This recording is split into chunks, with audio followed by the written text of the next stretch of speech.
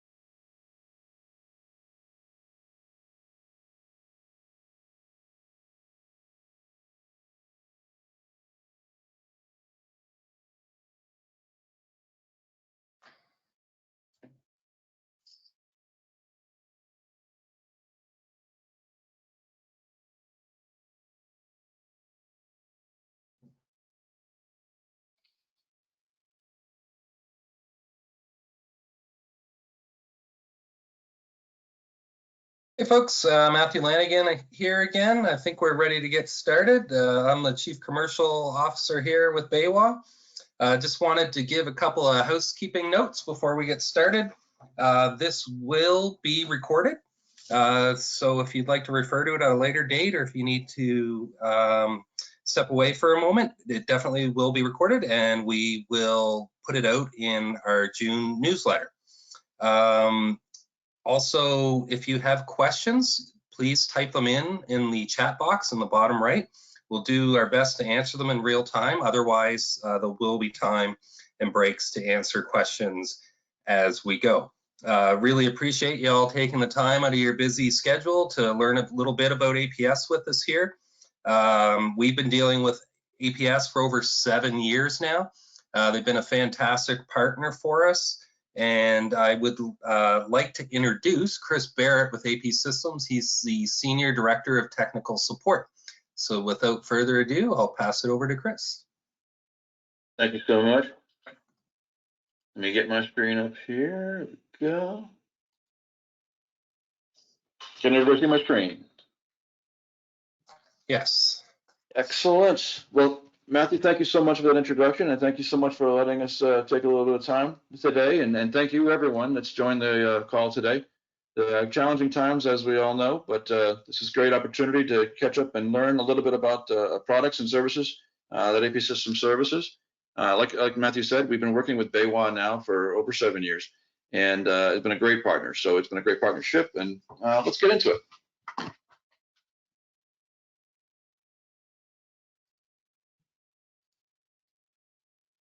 So as Matthew said, my name is Chris Barrett, Senior Director, Training, Failure Analysis, Field Applications Engineering, and Engineering.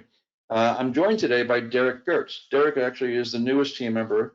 He's been with us now since middle of last year or so. And he is actually designated as the Canadian support person for tech support. Derek is actually located in Phoenix, Arizona, and I'm actually located out of Austin, Texas. I do have some housekeeping as well. As Matthew said, questions and answers can be put into the chat box for any questions. There's chat boxes. We can try to answer them real time or at the end, whatever makes sense. Matthew's going to help me produce this today, so if there's anything that comes in and can be addressed at that time, we will do that as well. A copy will be provided, as you said, it's being recorded as well. And just most importantly, this is part one of a two-part series. The second series will be next Wednesday, June 2nd, same time but please look out for that link. I think it's already been sent out, but feel free to join and continue the education. So the agenda today is pretty simple. I'm just going to do a brief introduction about APsystems for those of you that are not familiar with the company, a brief overview of the products and some of the benefits of using APsystems products, talk about system design, installation of the product, and then ECU and EMA, basically the gateway and the online portal. This is really the meat and potatoes for next week's conversation, basically a deep dive into those two products. But today, we'll talk a little bit about those two products, give you a little taste for it, and then, like I said, super deep dive next week. So as far as APsystems are concerned, we are a global provider of microinverter technology in this PV industry. We were founded in Silicon Valley, United States, 2010. So we just celebrated 11 years in business, which is pretty exciting. We have 4 global business units, basically located North America for Seattle is our North American headquarters. EMEA or European is in Paris. We also have one in Shanghai and a new one about 2 years old now in Mexico City that handles all of Central and South America. We have additional sales and support offices throughout the world. Like I said, this COVID has really helped do that. So like I said, Derek is in Phoenix. I'm in Austin, Texas. We have people through California, North Carolina, New Jersey, and then everywhere around the world. So key facts, just want to kind of give you a little information more. We are the #2 microinverter supplier company in the world by GTM research. We are the #1 multi-module microinverter in the world, meaning the duals and the quads, which we do sell. Over 1 gigawatt of installed worldwide. So it means like over 2 million microinverters throughout the world. We serve over 120 different countries at this point, with over 100,000 residential and commercial installers throughout the world. Third-party financing, this is actually US based, but I'm not sure about Canada, but these are the US companies that actually do provide the third-party financing for us. Let's get into it. So APsystems has 2 basic different markets, basically residential and commercial. And what does that mean? So basically it's a grid-tied microinverter solution. We actually either use the QS1 or the YC600, along with the gateways, which is called the ECUR or ECUC. The gateways are a way for the microinverters to communicate to the gateway, and that information then get pushed up to what we call our EMA or online monitoring portal. This is basically simple solar here. You're looking at a microinverter, a gateway to get that information from the site to the cloud, and then on the cloud to be able to see that remotely via a computer or mobile phone. On the commercial side is very similar. We're using a different microinverter, which is called the YC1000, which is a true 3-phase microinverter. We use that same exact online portal, and actually we use exact same gateway. So what you're seeing here is you have a specific inverter for a 3-phase environment, but the online portal and the ECU gateways are the exact same SKU, interchangeable. All communication through a Zigbee mesh network.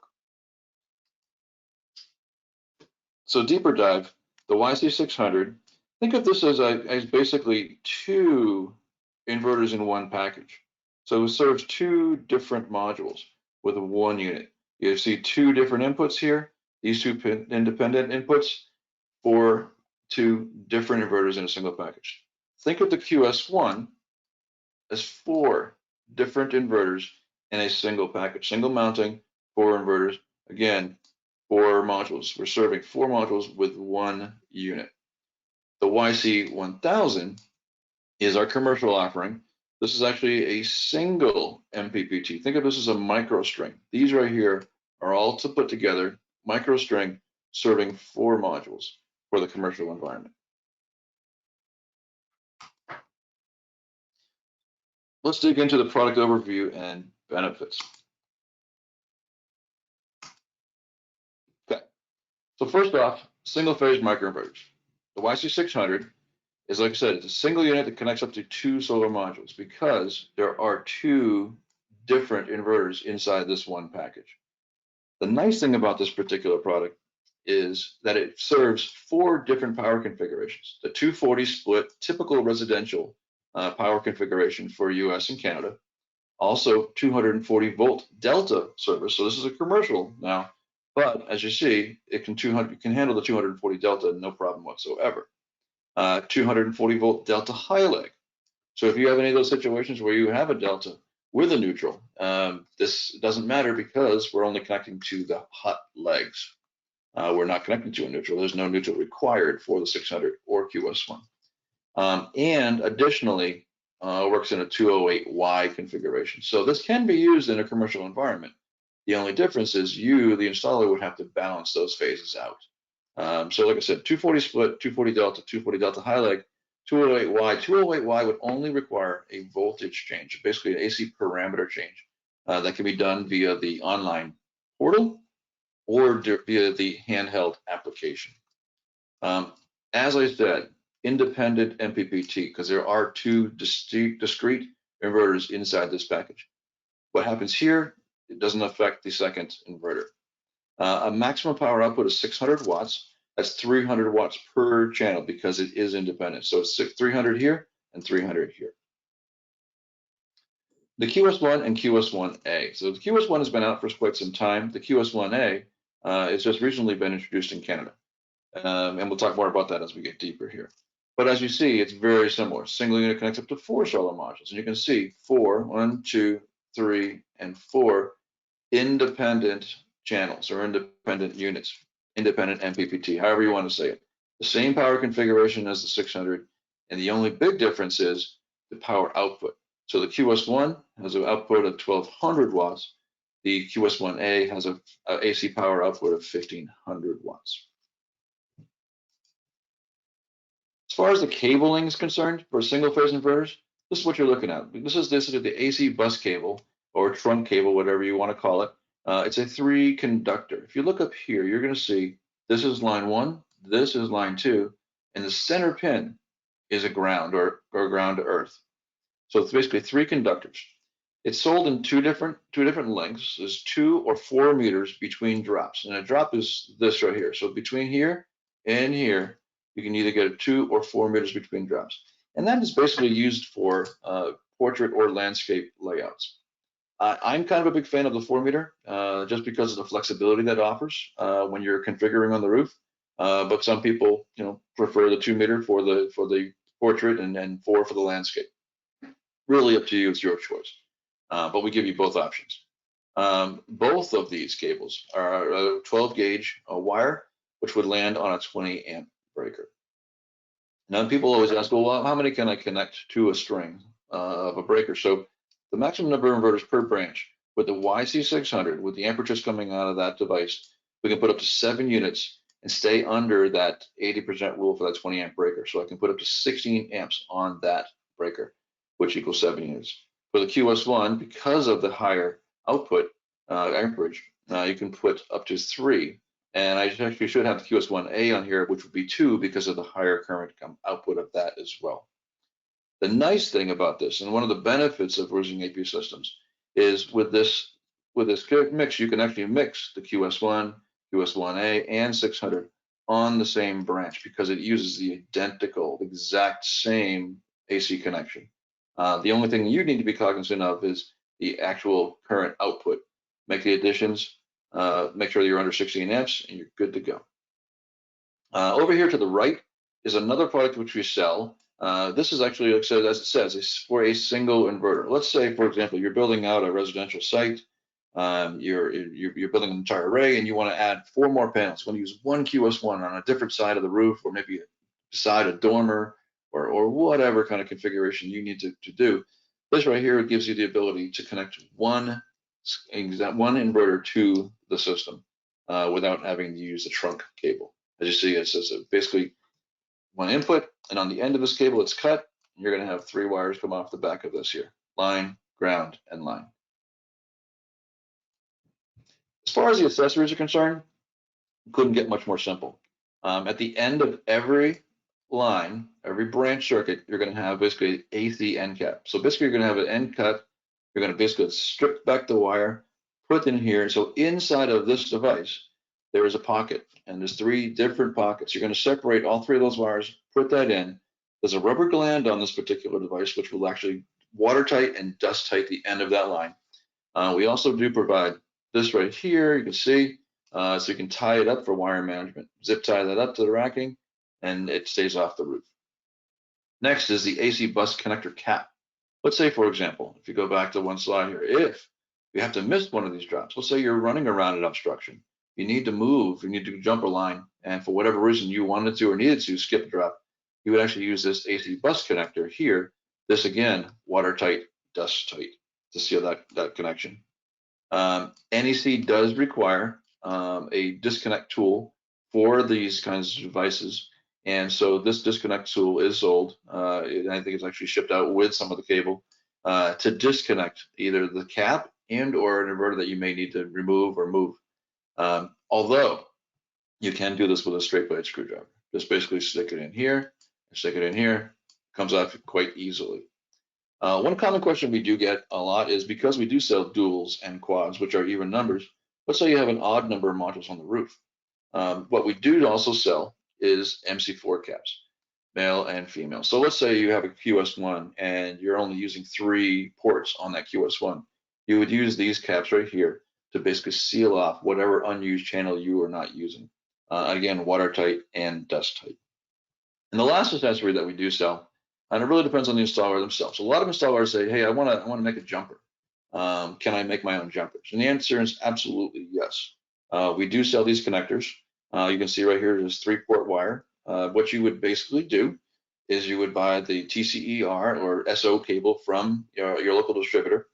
And then at that point, you would be able to wire these up yourself and make your own jumpers. And just make sure that it's a TCER cable, has to be supported. But you can make whatever length you want right there on the roof to make your jumpers to go from one array to a different array, maybe a different side of a dome or whatever you needed to do. We make that available to you. So as far as flexibility is concerned, this is really what it comes down to. Mixing these right here together, mixing the QS1s, 600s, whatever you need. So this is a good example of a 10 module system. What we're trying to show here is you got 10 modules. And I'm using a QS1 here, I'm using a QS1 here, and to pull up those last 2 modules, here it is, here's the 600. So this is going to be connected here, these are being connected together, and these are all being connected together. So you make up here, so you have 2 QS1s, 1 600, 10 on the exact same trunk line, all the way back down to the panel. Now let's switch gears a little bit. Let's go into the 3-phase microinverter. So this right here, as we say, is a true 3-phase system because it is a 5-wire system. We've got line 1, we've got line 2, 3, neutral, and ground. Okay. So what that means is it is a Y configuration only. This will not work in any kind of delta situation. It does require the neutral. So again, single unit for 4 solar modules, but those 4 solar modules are all a single Mppt. What they call a micro string. For Canada, it's 208. We have 2 different versions of it, a 208 and a 480 volt. Unfortunately, we do not have a 600 volt system at this point, but I know many customers in Canada have purchased the 480 and done step-up transformers to do that. So at this point, at this point, the 208 is basically your go-to 3-phase microinverter for Canada. What I do love about this particular product, phase monitored and phase balanced right from the start. The nice thing about this product, and I say it all the time, is it's kind of a way to, this product gives a residential installer the ability to become a commercial installer overnight. Meaning it's so simple to set up. Basically, you're going to be plugging in all your modules here, simple AC output here, and with a maximum power output of 1130 watts out of this device, you can stack the deck in your favor as far as the size of the modules are concerned. What I mean by that is the size of the module. So size of module counts, right? So you can use this, because it is a single Mppt, you can use, let's just call it 300 watt modules, and you put 4 of them on the device. But let's say, well, you know what, I've got 400 watt modules, or I got 450 watt modules. I can actually just use 3 ports on that device. maximize my input so I can maximize my output. So that's really critical. You can use 3 or 4 modules, you can use 2 if you wanted to, but at the end of the day, we want to make sure that you put the right amount in so you get the maximum amount out of that device. As you see here, again, super simple, the inverter, the gateway, and the online portal. As far as your accessories are concerned, again, very simple. This is the cable itself. This is the trunk cable. Different cable, of course, because now we're talking about a 3-phase. We're talking 5 conductors here because we have that line 1, 2, 3, neutral, and ground. Same configuration, 2 or 4 meters between drops. And that, again, is because of the Portugal landscape. This one actually goes down to a 15 amp breaker, interestingly enough. So it's 14 gauge wire in this particular device. But for maximum numbers, for a 208 environment, you're using it 4 units to take up 16 modules.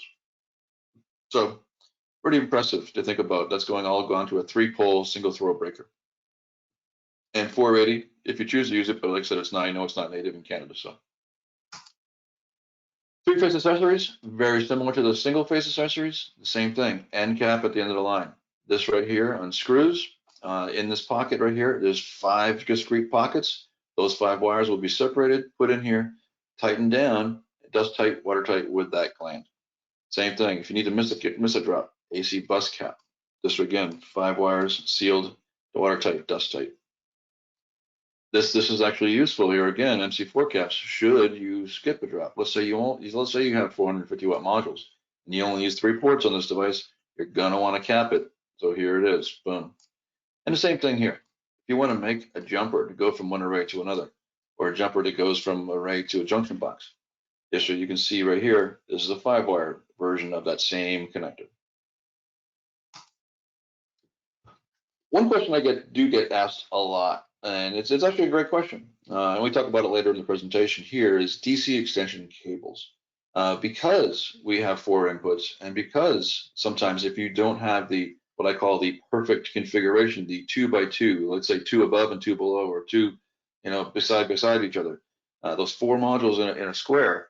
If let's say you had a single row portrait, let's call it module number 1, 2, 3, and 4.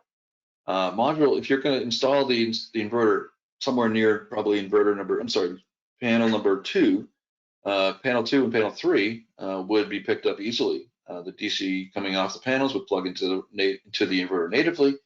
But let's say, for example, panels number 1 and panels number 4 may require or need a DC extension cable just to reach that length.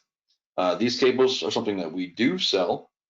You can make them yourselves. We don't mind or care. The reason I even bring it up is, though, a lot of people do buy these from us or from the distributor because number 1, it's manufactured in 2-meter lengths, and number 2, it's made by a machine and tested by a machine. It's actually high-pot tested. We get a lot of customers that make their own MC4 connectors and then jumpers. They ohm it out with their multimeter. But the connection may be not so great. And with a multimeter, you're going to be able to pass that through and get it toned out.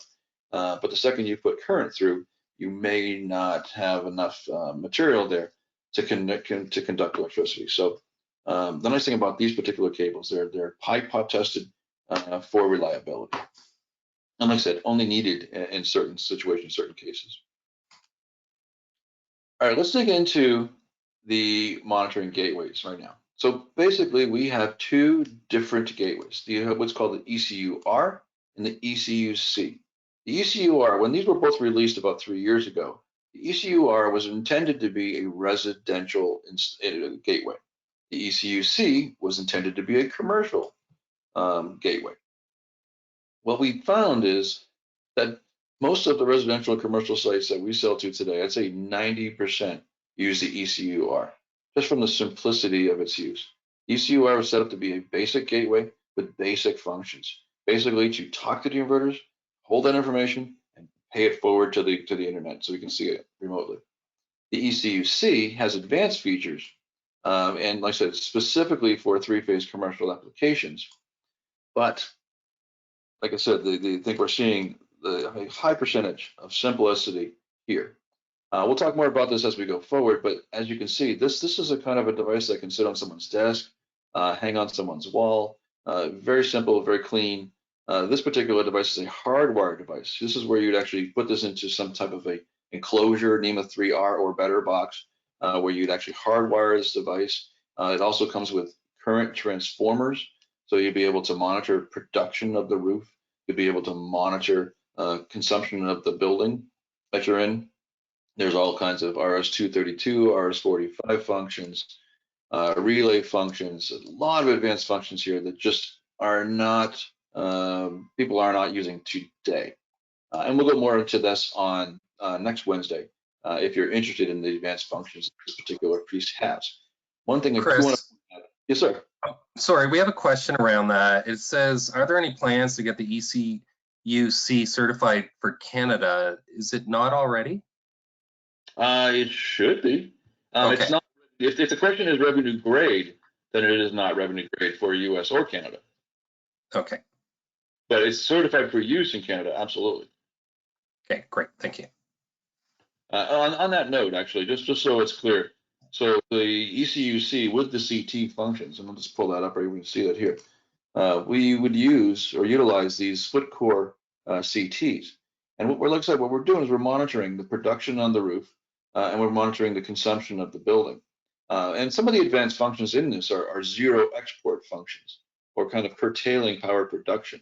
Let's say you live in work, or the building is in a jurisdiction where you can't bat feed, or you don't get paid to put any power back onto the grid. If the building is consuming more than the array is producing, the array will produce at full.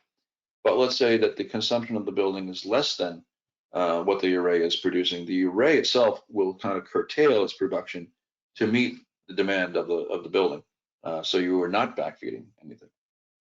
Like I said, this does not carry the ANSI 1220 stamp for revenue grade meters, although the meter itself is, for the production side, 0.5% accurate, and for the consumption side, it's 2.5% accurate. So again, you can use it, and you're going to be able to see all this information, the aggregate information, of course, in the online portal. So you'll be able to see it, and it is nice to be able to see all this information. You know, it is for commercial applications, but again, not revenue grade. This is just a quick installation diagram, just gives you an idea as far as how it looks like. We'll start from the back and go to the front. So basically the end caps on the end of the line, you're going to see every drop is going to have an inverter here, 2 or 4 meters between drops, and that's personal choice, whatever you'd like to do. Cap if you don't use one of the ports. Continuing down, another inverter, of course, all the way back to the AC distribution box. Just that simple. Couldn't get more simple. All right. Let's go in a little bit more review, just make sure everyone understands what we're talking about here. Single unit, 2 solar modules. Again, 2 units in one package. Maximum output power of 600 watts per total inverter, 300 watts per input channel. Remember, it is independent of each other. So if you only use one channel, you're only going to get 300 watts out maximum. One question that we do get a lot is, what are the recommended module size? And that's a really great question. And it's a tough one to answer. We put up the numbers here, 375, 400. We've had customers before, a great customer of ours that said, I want to use a Jinko 405, but I don't look like I can use it on your product. We looked at the STC versus PTC, and the PTC of that module was somewhere in the 305 range. Significant difference between STC and PTC. So when you're looking at shopping for modules, see what the PTC of those modules are, and that will help you make your decisions as far as what microinverter to choose. The communication protocol, which we haven't talked about yet, we'll talk a little deeper as we get into this, is Zigbee Communication. One thing that we've found in the past, we started our journey with microinverters, the communication being through the power line. So we had to actually use the ECU or gateway, plug it in and be on the same power grid as the inverters. And all the communication was over the lines. What happened in this country, and I believe Canada as well, in 2014, NEC said, we want to have arc fault breakers in all bedrooms. And where do people put their offices? they put their offices in a bedroom that's empty. So that becomes their office, their ECU's there. And now with an arc fault breaker, it's impossible to pass a PLC signal through that arc fault breaker. And even if you attempt it, the arc fault breaker is going to think or see it as an arc fault and have these false trips.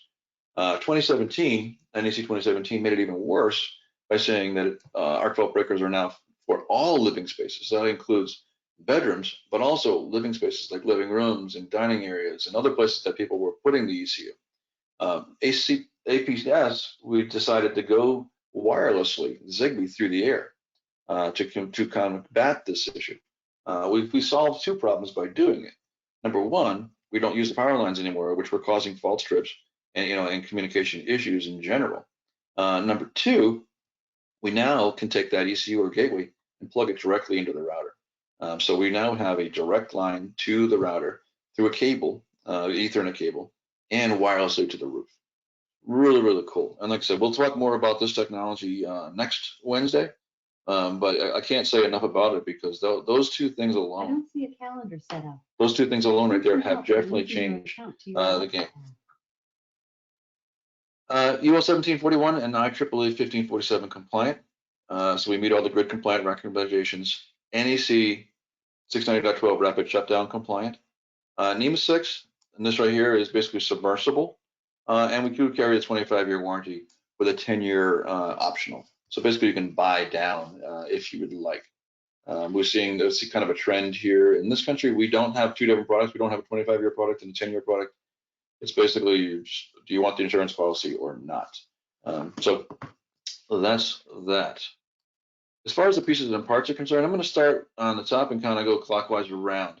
The fixture itself is the same on the 600, QS1, and QS1A. So this fixture is identical. So if you're looking at racking systems and you're saying, well, I need different fixtures for different inverters, no, you don't. That's the exact same. This piece up here is the exact same. On the fixture itself, obviously the mounting bolt areas here, so for easy slip on. We also include a weave here and a grounding lug. Although, like I said before, the center pin here is an integrated grounding as well.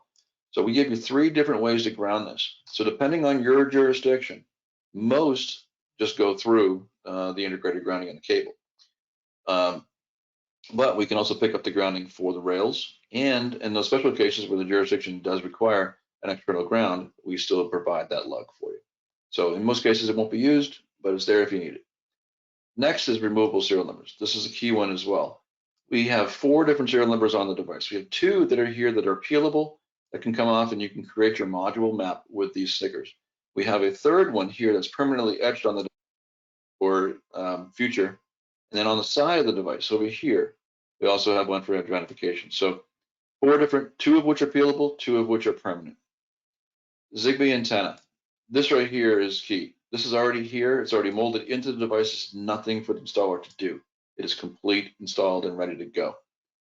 The next is the LED light. The LED light it gives you some functions. It gives you the ability to actually visually see what's going on with the inverter during installation and operation. And we'll get into that as we get deeper into the presentation as well. DC connectors. One thing I want to point out here is all DC connectors that APsystems produces on all of our products are MC4. They're genuine MC4. They are not knockoffs. They're not Amphenol's. All MC4. Every single product we sell, and that also includes the DC extensions as well. And we did the same thing that every inverter company has done. Started with MC4, went to Amphenol, went to some knockoff, and went back to MC4. It is just the de facto standard, so that's kind of where we started. And then to end it is the AC connector. As I said, you got a line 1, ground, and then a line 2 coming out of here. This connector is identical on 600, QS1, and QS1A. QS1 microinverter. Basically, the big difference here is 4 modules. And again, it's 1, 2, 3, and 4, all of which are independent of each other. So that means it's 300 watts per channel or 1200 watts total. Same recommended module sizes, same Zigbee communication, same compliance, and same exact warranty. As far as the fixture is concerned, dancing around this again, the same thing. They're just removable serial numbers, which is key.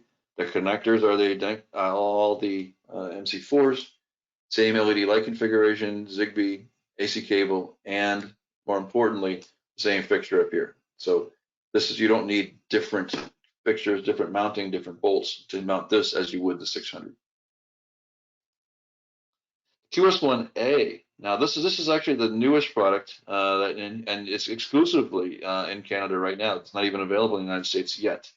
Again, 4 modules, but the big one here is this: 1,500 watts per unit, or 375 AC watts output per channel.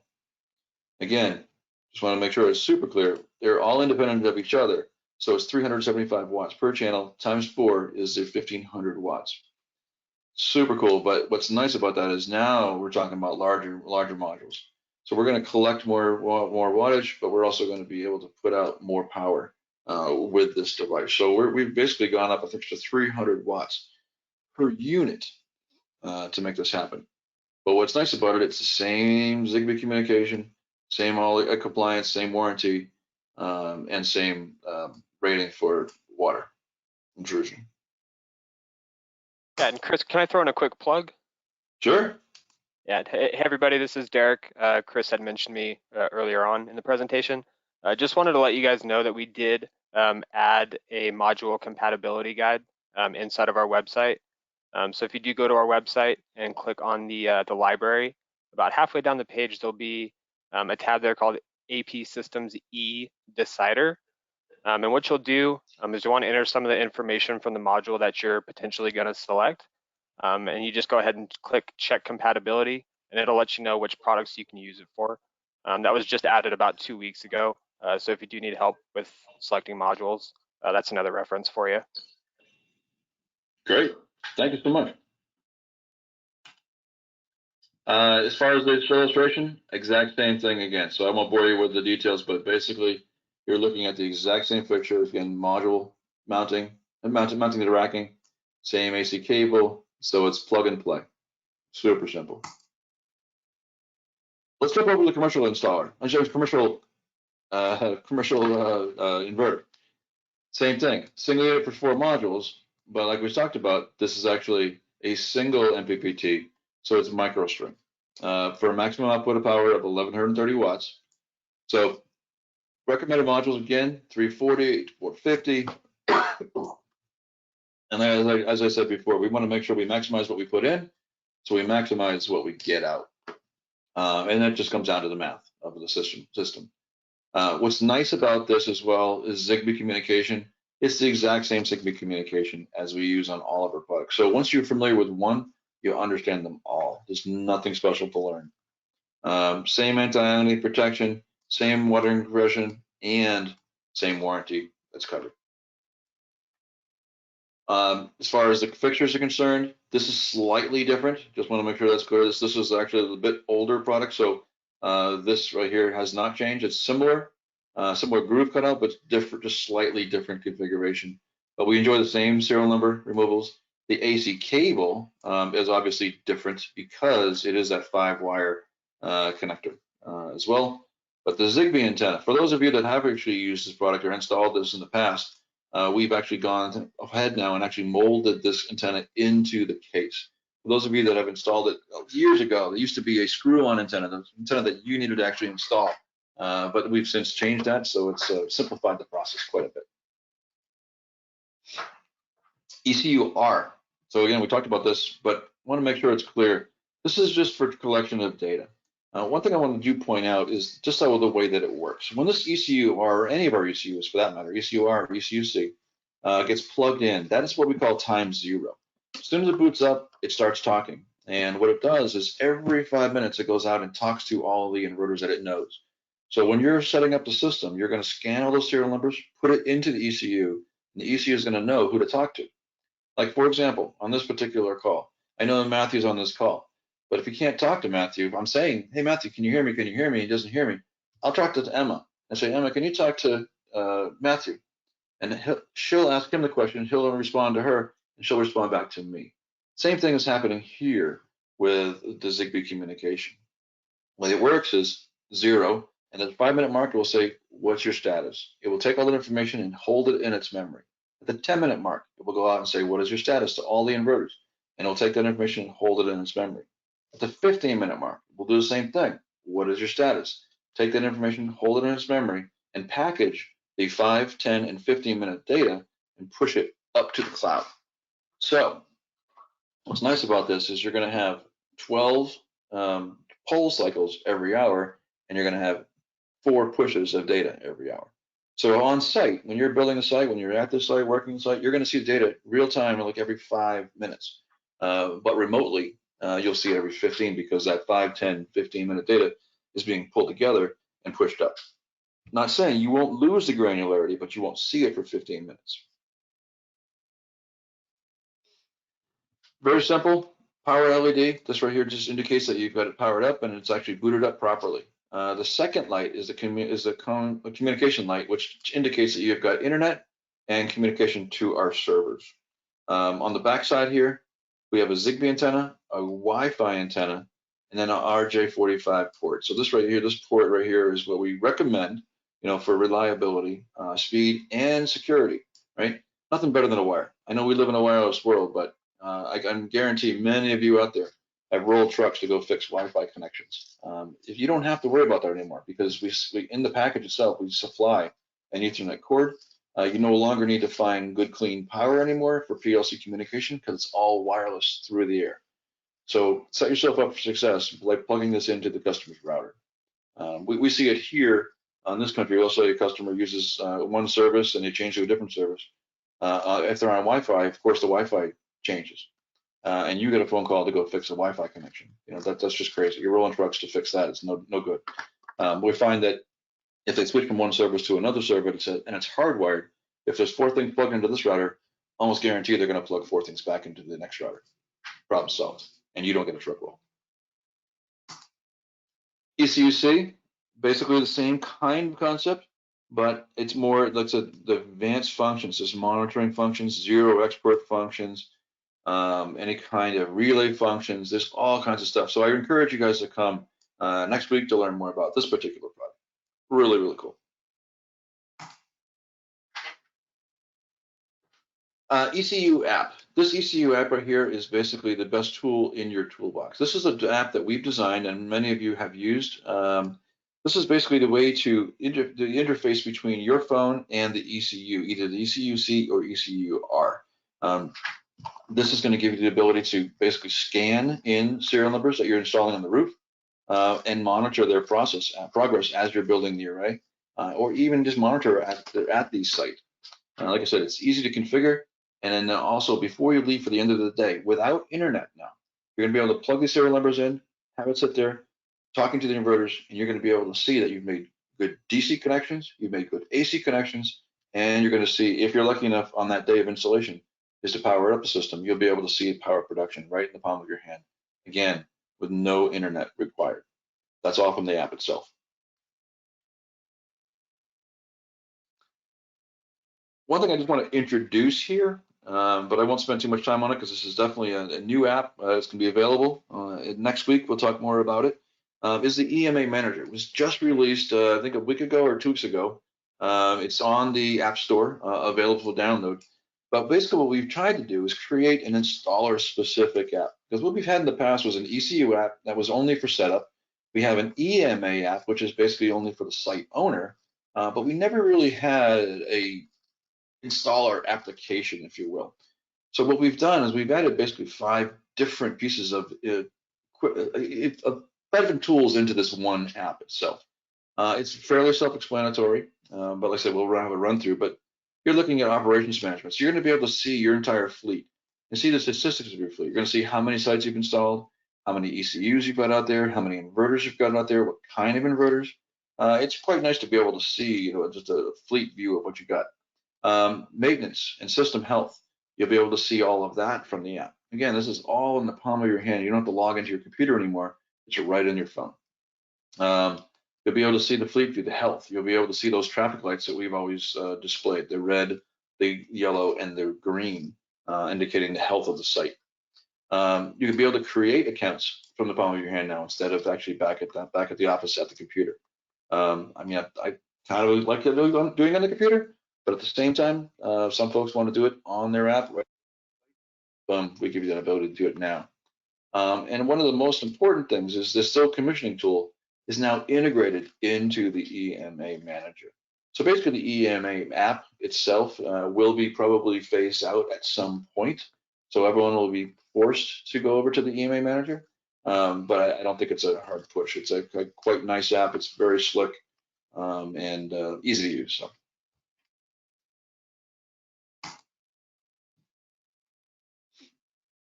Okay, on review, let's talk a little bit about this basically faster installations, mix and match of the inverters, which we can again, CS1s and 600s on the same trunk.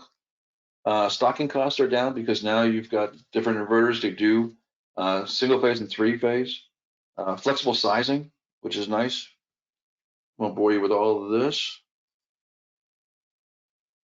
Simple system design. Cost of microinverters, the one dual does not equal the cost of 2 singles, and quads even less. Fast communication, like I said, the Zigbee communication is one thing that's really changed the game for us, and literally it's reduced our tech support phone calls by 50%. By having wireless communication to the roof and having an Ethernet connection, a hardline connection to the ECU for internet, it's really simplified things for us and for you guys as well. The next one here is Fpga. This is actually an interesting one as well. This actually is kind of future-proofs your purchase because with the Fpga, it's field upgradable. We can actually, with software and firmware, be able to change the architecture of that device. For example, in California, some of you may or may not be aware, but there's this thing called Rule 21. The utilities have required the inverters to be smart inverters and be actually able utility interactive. We were able to actually go back and basically put a new firmware on the device that met the requirements for Rule 21. So if Canada has anything like that today or in the future, we'll be able to just flash those things and turn them into something else really quick and easy. Rapid shutdown compliance. This is again is at NEC 690.12. Technology. That's what we have from 8 o'clock East Coast time to 8 p.m. East Coast time. Like I said, mentioned it before, we have tech support people scattered throughout the states here, all the way from the east to the west. Okay. I think we're pushing up against time here, so I'm going to kind of get going here. Let's get into system design real quick. As we mentioned, the QS1 and 600s are traditionally residential, traditionally 240 split, but can be used in this commercial environment as well. The only difference is, like I said, it's a 2-wire system, so you, the installer, would have to balance those phases out. If you don't want to do that, the 1000 is that true 3-phase, and for 208 for Canada, it is a true commercial device because it is 5-wire, 3 lines, neutral and ground, phase monitored, phase balanced. One of the questions we get, and Derek just mentioned this about this module size, compatibility. We do have that on our online now. If you're unsure, please send a message into us and/or check the website because there's like this really cool calculator now. But 16, 72 cell modules for traditionally the mono or poly, but we're seeing a lot more of split cell modules as well. And what we're seeing is that 120, 144 cell modules, not an issue at all. Because what's most important to us is voltage and current. Those are the 2 numbers that I care the most about. As long as your voltage of that module is between 22 and 48, which is our sweet spot of our Mppt tracking, your module's good to go and ready to rock. So, but like I said, with regular modules and split cell modules, we have no issues whatsoever. One question we do get as lot as well, because we are a 300 AC watt AC inverter, is the question of what is the DC ratio? Should I do HDC to AC ratios at 1.2, 1.25? Is it 1.4? What I do for residential? What I do for commercial? And we use this word in this industry called clipping. I kind of like to call it right sizing. I mean, I want to make sure that we stack the deck into favor. The inverter itself is a 300-watt inverter, and it will continue to put out 300 watts, or in the case of the QS1A, 375-watt inverter. I want to make sure that you push that inverter as hard as you can, because through its lifetime, it's going to put out 300 watts or 375 watts, respectively. So by putting the right size module on, you're going to maximize that benefit. We all know the modules will definitely degrade over time. Over 10 years, most module manufacturers say it degrades by 20%. So putting on or installing the right module up front makes all the difference in the world. So if we just look at this real quick as an example, a 300-watt module, that's probably a PTC, but STC versus PTC, we want to make sure we maximize. We put a larger module on, let's just say here, that's the part that we're going to clip or miss. But over time, as you see, that module is just going to degrade, and we're going to go under the output inverter capabilities. I want to make sure that we stay near it or above it at all times. So clipping is not a bad thing. But again, it's a philosophy, but something I just wanted to just bring up here just to talk about it. These right here are a couple of examples of the layouts, and I'll go through these pretty quickly. Like I said, I'm cognizant of time, and I want to make sure we answer all the questions. As far as the layouts are concerned, this is a portrait layout, 2 meters between drops. This is the 600s. And also this is like the portrait layout here. We 2 meters between drops is totally doable when you're only talking about 2 different modules in between. Landscape, 2 rows. Again, we're connecting here, but 2 meters between drops because we're only going from module to module. Single row. You can see here the modules are being installed head to head to ensure that they can reach into the inverter itself. But by going landscape, now we're changing to 4 meters between drops, just to make sure that we have enough cable to go between the inverters. This is the quad version. So these are the QS1, QS1A, or 1000. This is what I was referring to when I said the 2x2 layout. So you got 2x2 or 2x2, depending on how you want to look at it. Nonetheless, the inverter goes in the middle, anywhere under one of these panels. And with a traditional solar panel, you're actually able to reach in and touch all of the ports into the inverter natively with those 1 meter whips that are coming off the modules. With this configuration and the cables going left to right, we're able to get away with a 2 meter drop. If this is the case we talked about a moment ago, this is the 1, the 2, the 3, and the 4. With the 2 and 3, natively we'll be able to reach into the inverter, where 1 and 4 will require a DC extension.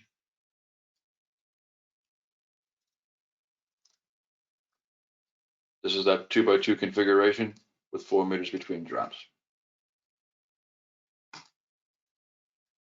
Installation, pretty straightforward and simple. You can see just a quick layout, inverters, end cap, junction box, down to the distribution panel with the communication. This is a good example of a site this is in Washington State, where it's an apartment complex where you can just barely see it, but this is a mixture of the 600s and QS1s to meet the requirements. Here, as far as the locations are concerned, now just remember, you're actually using 2 for 1, so you're going to put the inverter under every other panel, or every 4, depending on how you want to set this up. AC bus cabling will get attached to the racking. The inverters, one question we do get asked quite a bit is the orientation of the inverters themselves. It's orientation agnostic. You can put them, as we see here, around mount, up and down, back and forth.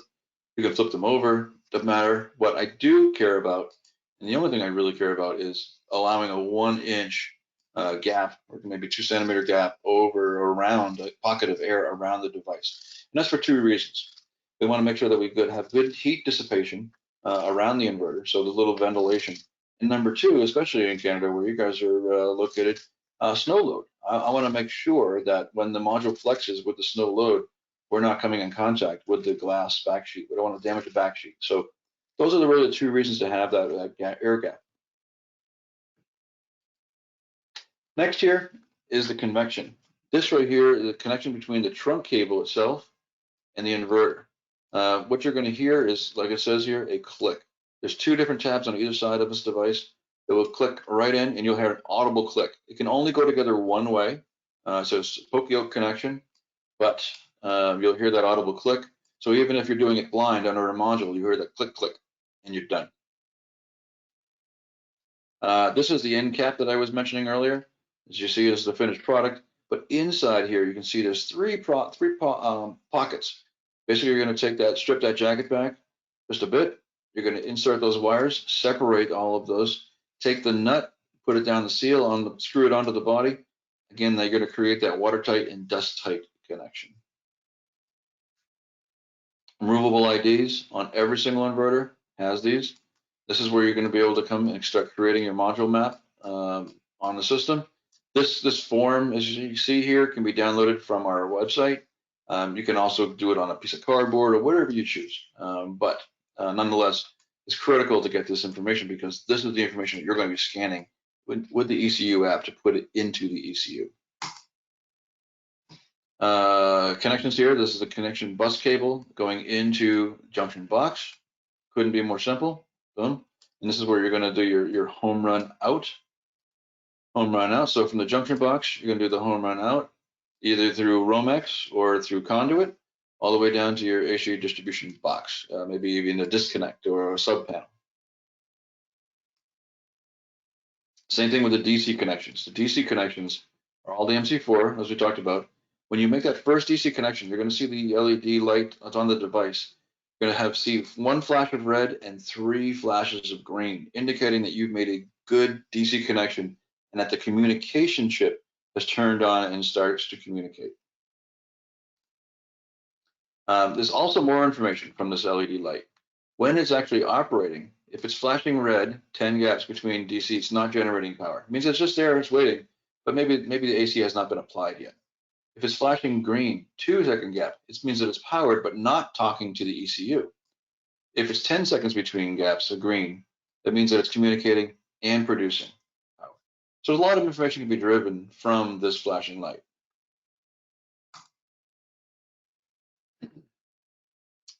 Things I want to point out here, this is really the key piece of it right here. Next Wednesday, we'll talk more about the ECU configuration, scanning the microinverters, that's all covered next Wednesday, and these two here as well. Verifying setup using the ECU app next Wednesday, and final steps in the EMA. So please set aside some time and come out for that. ECU placement, we talked about that. This is critical. If this particular device can be installed at the home, in the office, in the router, direct wire connect, plugged into the wall, and wireless to the roof, that's your recipe for success. This particular device, again, it's a fantastic device, but has to be hardwired in a box adjacent to the PV and main panel. ECU app, which we'll talk more about next Wednesday, is your recipe for success as well, because this is going to give you the ability to scan the serial numbers and see the installation as it's being built. And it's basically your report card as the installer to be able to know what has happened on the site and it's all complete before you leave site. What I don't want to do is you to find out about a problem a day after, 2 days after, 3 days after, and have to go back and and roll a truck to fix a DC connection that you could have fixed the day of installation.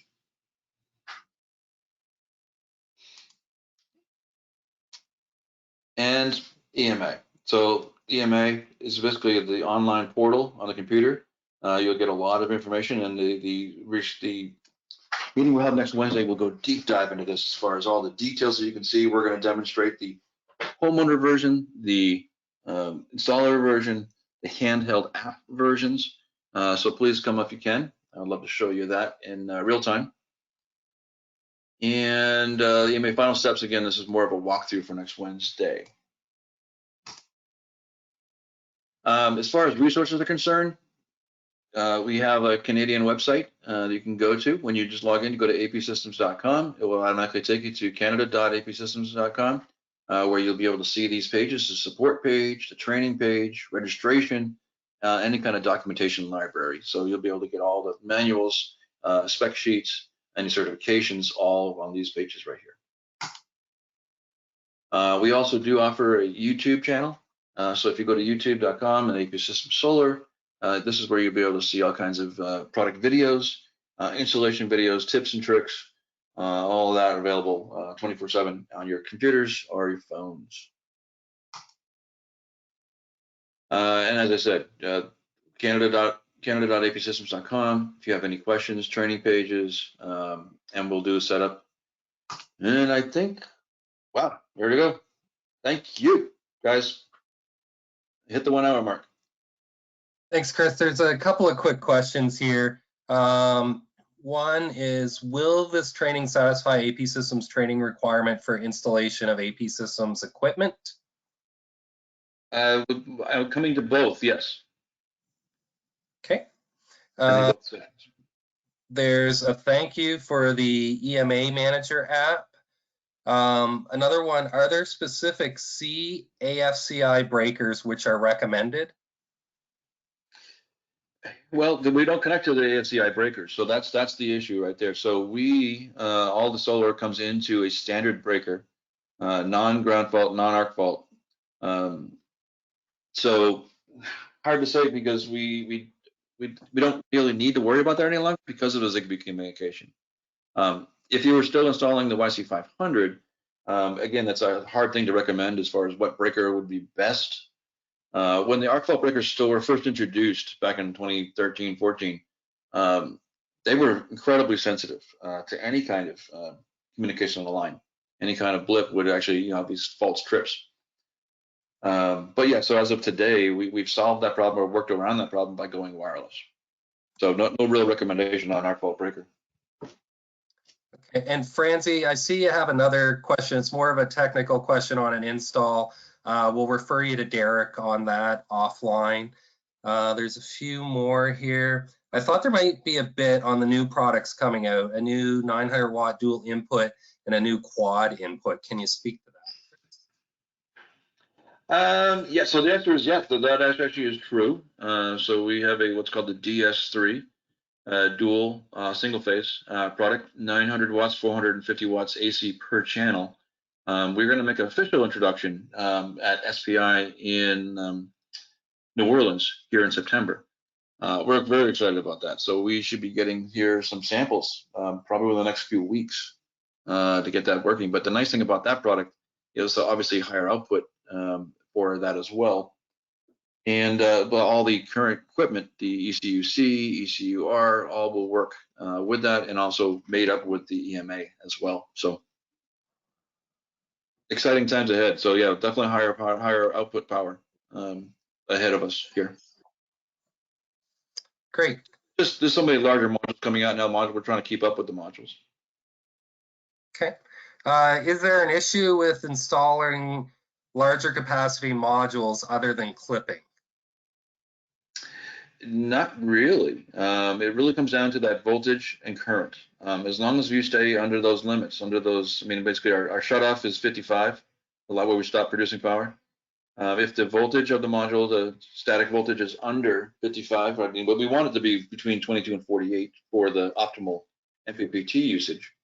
No, clipping is really the key thing.